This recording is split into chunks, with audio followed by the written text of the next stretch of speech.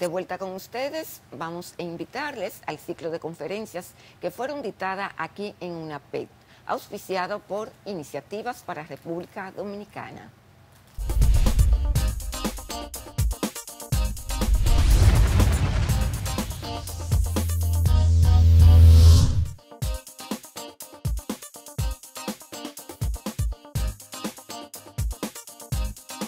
Ha acontecido menos de un cuarto de siglo cuando Duarte nace en esa sociedad, que acaba de pasar por los horrores de una guerra de liberación de la primera nación negra del mundo, es decir, la primera colonia en el mundo que se libera de su metrópoli, pero sobre la base de una guerra racial. Y eso es muy importante contextualizarlo para entender qué tan avanzado es el pensamiento de Duarte y qué tan vigente es el pensamiento de Duarte traducido en el texto constitucional, porque él se adelantó por mucho a su propia generación cuando, y eso es fácil comprobarlo, viendo los estilos de la prosa de Duarte en su proyecto de ley fundamental, y cuando leemos, por ejemplo, el manifiesto de los pueblos de la parte antigua española que antecede en más de un mes el grito de independencia del 27 de febrero de 1844. Cuando ustedes comparan los dos textos, es decir, el del manifiesto del 16 de enero y el proyecto de constitución que se atribuye, los historiadores asumen que fue escrito entre marzo y julio de 1844, al menos 5 o 6 meses antes de la constitución del 6 de noviembre, ustedes se dan cuenta de que el pensamiento de este dominicano, que era un hombre muy joven, le llevaba pero la milla a toda la gente de su generación, incluyendo la de la mentalidad jurídica con mayor dominio por experiencia, que era la de Bobadilla. Es decir, en cuanto a cultura jurídico-política, Duarte le lleva muchísimo mayor peso a Bobadilla, y eso es fácil verlo por la estructuración del proyecto de ley fundamental. Entonces, continuando con estas pinceladas, ya Duarte, hijo de un comerciante español muy acomodado, tan acomodado que le permite enviarlo en viaje de estudio, luego de que domina el conocimiento que la precaria sociedad de la época podía ofrecerle.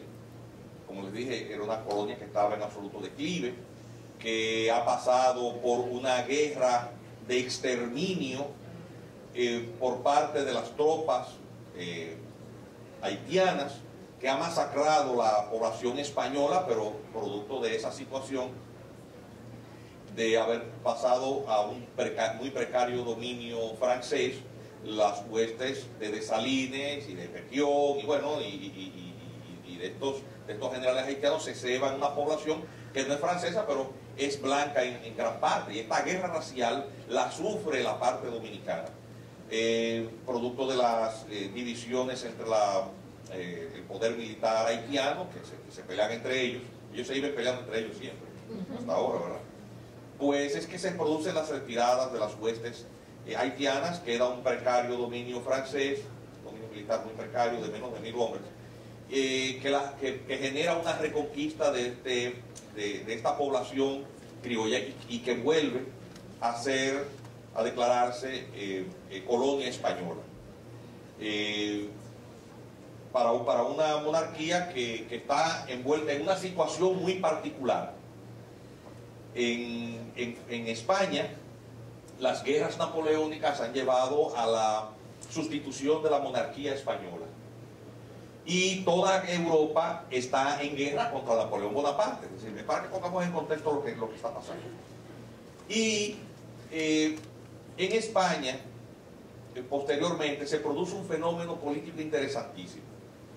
Luego que Napoleón Bonaparte es vencido por las potencias, incluso el llamado Convenio de Viena de 1815, de 2 años después, cuando Juan Pablo II tiene apenas 2 años, que es ese Convenio de Viena, es el convenio que hacen todas las potencias europeas para conjurar la posibilidad de que otro Napoleón Bonaparte, bueno, a Napoleón lo han vencido y lo han enviado a la isla de Elba, pero él no está del todo vencido. La cuestión era que estas naciones europeas que tenían un sistema monárquico que ideológicamente ha colapsado con la Revolución Francesa, se juntan para evitar que el modelo liberal resurja, que las conquistas de la Revolución Francesa, ¿verdad?, que decapita el ancien régimen, resurge. Entonces, se unen todas las potencias en Viena, duran cerca de 6 meses, casi un año, y entonces, pues, disponen una cantidad de cosas. Entre ellas, pues, tratar de sepultar las conquistas que había alcanzado en el sistema político francés. Hay una vuelta a un absolutismo que ya está trasnochado porque como modelo político ya no funciona y la burguesía ha ganado un espacio. Entonces, ¿qué acontece de interesante? Que en ese contexto, también en España, aunque ellos no renuncian al sistema monárquico, porque al salir José Bonaparte, pues vuelve la monarquía Borbón y el rey es Fernando VII, que para lograr un acuerdo político, las Cortes votan una constitución, que es la llamada Constitución de Cádiz de 1812. Entonces ese detalle histórico constitucional es importante rescatarlo para entender qué tan avanzado estaba Juan Pablo Duarte, incluso en relación con lo que estaba aconteciendo en Europa para la época. ¿Por qué? Porque esta Constitución de Cádiz permite una disminución del poder absoluto del monarca y la consulta del pueblo a través de la elección de diputados. De hecho, República Dominicana, la isla de Santo Domingo, envió 2 diputados a España, ¿sí?, a Cádiz. ¿Sí? Fueron 2 diputados. Y entonces, cuando se produce en el 1815 el acuerdo de Viena, pues todas las potencias dicen, bueno, vamos a desmontar todo este entramado constitucional, jurídico que se está empezando a armar. En el caso de España, imagínate, es un pésimo ejemplo para la monarquía y hay que tratar de volver eso para atrás. Y efectivamente ellos incluso encargan a un noble que terminó siendo rey, Carlos X, que por cierto fue el último rey Borbón, sobrino, hermano, uno de los hermanos menores de Luis XVI, decapitado por la Revolución, y era duque de Angulema, y lo envían junto con un ejército de 100.000, se llamaban los 100.000 del ejército de los 100.000 de San Luis, así se llamó ese ejército francés, que ataca España, y restituirle al rey Fernando los privilegios de una monarquía absolutista, o sea, volver completamente al sistema monárquico absolutista. Y obviamente hacer cesar los efectos de la Constitución de Cádiz. Todo eso está pasando para la época en que nace Juan Pablo Duarte. Entonces, aquí, en República Dominicana, la Reconquista, que dirige Juan Sánchez Ramírez, mantiene la colonia en una situación de mucha pobreza, porque realmente España tiene sus propios problemas, no se puede estar ocupando de lo que está pasando en Cuba, en la Española, en Puerto Rico, no puede ocuparse de eso. Y pues ciertamente también al perder el control político en las demás colonias de América, el fermento de las ideas liberales, del liberalismo político, de las ideas de libertad que siembra la Revolución Francesa, de libertad e igualdad para todos los hombres, y obviamente acabar con los privilegios de sangre, eso pues ya aprendido en América. Militarmente España es una potencia absolutamente debilitada y se genera el movimiento independentista sudamericano, con la Gran Colombia, la gran empresa bolivariana. Y en el caso de la isla española una situación muy particular, y es que una colonia, en su momento la colonia caribeña más importante para Francia, se ha logrado su independencia con un exterminio absoluto del antiguo amo, porque es una revolución libertaria pero racial, que también es un fenómeno que no aconteció con el resto del proyecto de liberación de Sudamérica, ni en el caso dominicano. Haití sí tuvo una guerra racial. Los demás países de América en ese momento no la tenían. Pero que obviamente tenían como punto de interés común el tema de libertad e igualdad, es decir, la eliminación del sistema esclavista. Se produce el intento de los criollos de liberarnos de la colonia con José Núñez de Cáceres, pero obviamente esta parte de la isla no tenía tampoco la posibilidad de funcional de dotarse de unas autoridades que hicieran frente a cualquier forma de agresión militar. En el caso de España, bueno, no le importaba mucho porque éramos una colonia que no tenía, además que ellos tenían sus propios problemas, ya les he situado cómo estaba la situación en España, con los problemas de Fernando VII y todo el rollo que se le había armado, porque es que en el caso de España, la Constitución de Cádiz había dado conquistas a la población que solamente por la imposición externa estaban siendo desconocidas. O sea, era el gobernante, pero no muy querido el régimen. Y entonces, cuando se produce la declaración de llamada independencia efímera y todo lo que acontece con que Colombia, la Gran Colombia, no quiere entrar en contradicción con Haití, porque Petión primero le dice que le facilita, pero luego le cobra más caro que cualquier otra cosa, 2.000 fusiles. Atención, los permanentes críticos de República Dominicana, y que halagan mucho la posición haitiana, pues dicen, bueno, es que Venezuela y Bolívar le deben mucho a Haití porque le facilitó 2.000 fusiles. No se lo facilitó, se los vendió tan caros que en el 1814, de hecho, tuvo que buscar un préstamo para pagarle los fusiles que le salían más caros que comprar los nuevos en otro sitio. O sea, entonces, lo cierto es que España, la guerra entre Bolívar, y el libertador Bolívar y toda su empresa de libertad, todo un continente, y España tampoco le permitió ocuparse de esta media colonia que se estaba separando de un aliado momentáneo y con el cual no quería ni dispersar fuerzas, ni mucho menos convocar a una guerra o a una situación oportunista con Francia. Y les empecé diciendo el tema de las diferencias de la prosa, es decir, el estilo de la redacción entre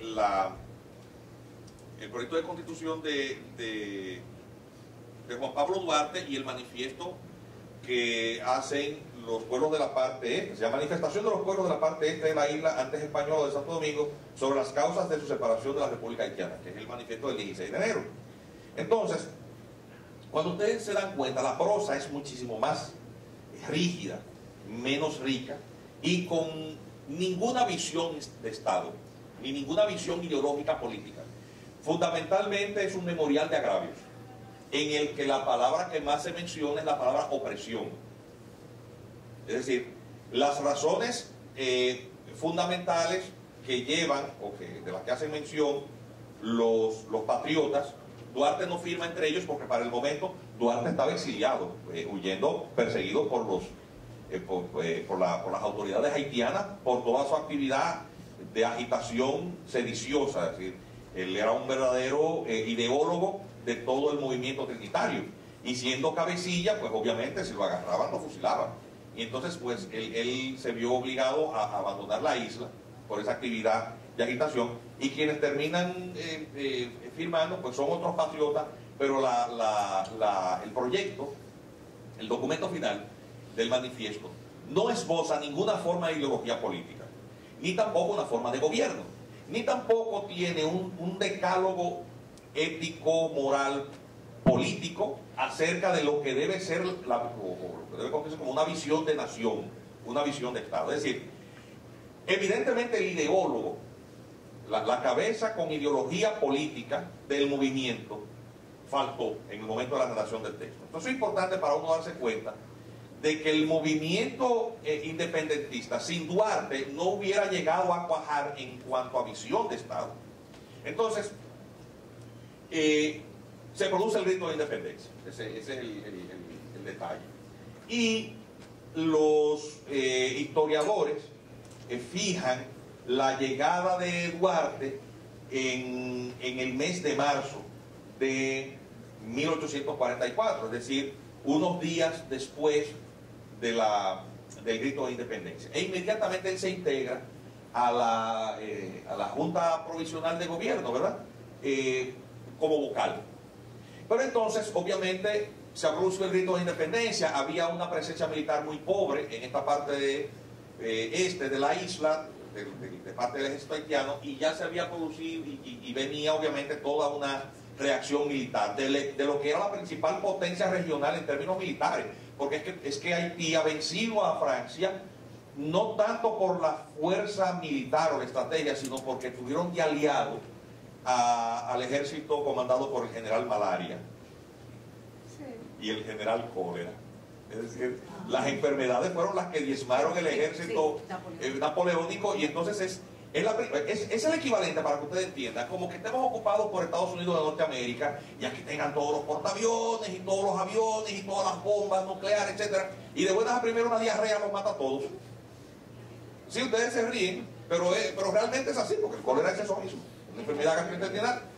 Y entonces, de buenas a primeras, a nosotros los dominicanos, a los muchachos que tiran piedras en Capotillo y en San Francisco de Macorís, de buenas a primeras les quedan los mejores fusiles de la tecnología actual, y nos quedan los aviones, y nos quedan los buques y los tanques de guerra.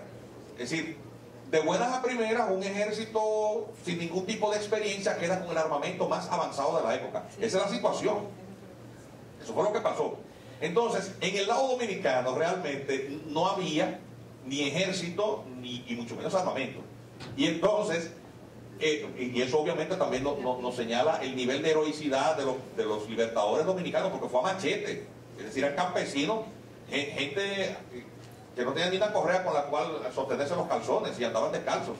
Y esos campesinos que trabajaban con ateros, con gente que tenía fincas de vacas y fincas donde se cortaba madera, esa es la gente que construía a machete limpio la independencia, contra un ejército 10 veces superior y bien armado. Entonces, bueno, viene todo este ejército, y había un embajador francés, un cónsul francés, Pilo Levasseur. Ustedes se recuerdan cuando estudiaban historia ustedes en el bachillerato. El famoso plan Levasseur, ¿cuál era? Bueno, Francia va a venir a ustedes a cuidarlos de la reacción haitiana, pero lo que la chava y viene, vayan regalándonos a Samaná, Cotoy, Península y Bahía. Realmente esa es la primera oferta. Y obviamente una parte importante del gobierno empieza a coquetear con el tema, empezando por Báez.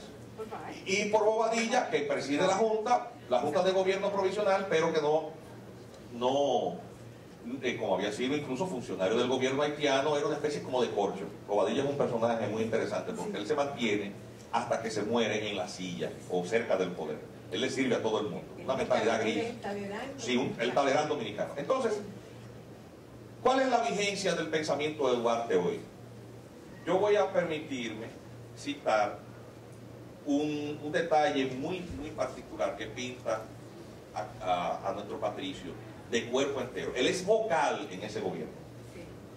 Ha llegado de último porque estaba exiliado cuando el gobierno se instala provisionalmente. Él llega, y bueno, como él es la bujía inspiradora, pues lo ponen ahí. Bueno, cuando se hace la primera reunión y se conoce la propuesta del cónsul Levasseur, señores, ¿qué vamos a hacer? Vamos a negociar esto, porque vienen con un ejército grandísimo y no nos van a tratar bien.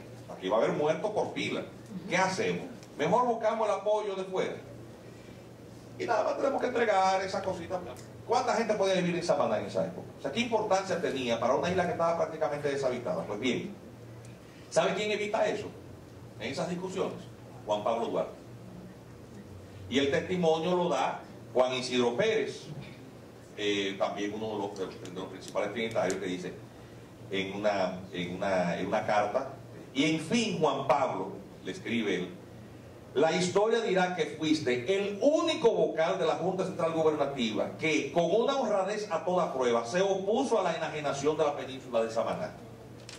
La oposición a la enajenación de la península de Samaná es el servicio más importante que se ha prestado al país y a la revolución. Mucho más avanzado, pero además empieza a ser su borrador, que es ese texto del cual nos hablaba ahorita Cristina. ¿Qué es lo que queda del texto? Lo que queda del texto son apenas 10 páginas. Porque todo el resto se perdió. ¿Cómo se rompe de un pique? Para que ustedes lo sepan. O sea, es que Duarte no es comprendido incluso porque es que la gente que no tenía necesidad, porque es un hombre rico que lo ha entregado todo, y que la gente que tenía todavía menos que perder que él y su familia, sencillamente no cree en lo que se está haciendo. En medio de porque lo que está pasando ahora es un juego de muchachos, que si carico, en esa época sencillamente lo que se estaba jugando uno era la vida. Gente que tiene la edad de ustedes, es decir, era un grupo de muchachos, nadie llegaba a los 30 años, Duarte tenía 25 años. 25, era un muchacho. Entonces, él empieza a redactar este proyecto y obviamente él tiene el cerebro mejor amueblado que sus contemporáneos. ¿Por qué? Porque al haber viajado, como menciona José Miguel, haber viajado a España, hablar alemán, hablar latín, hablar inglés, pues el hombre se ha leído a Rousseau, mencionado la profesora Aguiar, a Alexis de Tocqueville, pues conoce la obra de los principales pensadores, que muchos de los cuales fueron fermentos de la Revolución Francesa. Pero además, como había estado en España, había conocido los avances de la Constitución de Cádiz, que se las mencioné ahorita, ¿verdad? Y había estado en contacto con los fermentos que había dejado la Constitución de Cádiz en España, porque él había estado en Barcelona. ¿Y qué pasa? Que en Barcelona estaban los llamados fueros de Barcelona, que era toda la resistencia que se hacía a esta monarquía absolutista que había retornado. Atención, la situación estaba políticamente tan grave para la época que ya en Europa se habían producido varios fenómenos revolucionarios tratando de revertir toda esta situación de vuelta a un régimen absolutista que ahogaba las libertades. Entonces, por eso él conocía muy bien lo que decía la Constitución de Cádiz y estaba en contacto con lo que eran las ideas del liberalismo político que estaba en fermento en la España del año 1844. Es decir, el que viene de fuera, de viajar, ¿verdad?, de ver el mundo es él, todos los demás no han viajado. El que tiene la mentalidad, conociendo lo que está pasando en el mundo en ese momento, es él. Pedro Santana, que tenía manera de saberlo. Pedro Santana era un atero, sabía de vacas, era un hombre muy guapo, era un hombre con un valor y un don de mando terrible, pero ¿qué visión de Estado podía tener? Por eso, el texto de Constitución de Duarte, su proyecto de ley fundamental, es extraordinario. ¿Por qué? Porque no se parece a los textos constitucionales tradicionales. Como mencionó José Miguel, él empieza incluso por reivindicar el valor fundamental, que es el de la legalidad. Y eso es muy importante porque significa sujetar la autoridad a la ley, no la ley a la autoridad. Y obviamente eso lo llevó a un curso de colisión ¿con quién? Con Pedro Santana. Y es por eso que él es expulsado por Santana.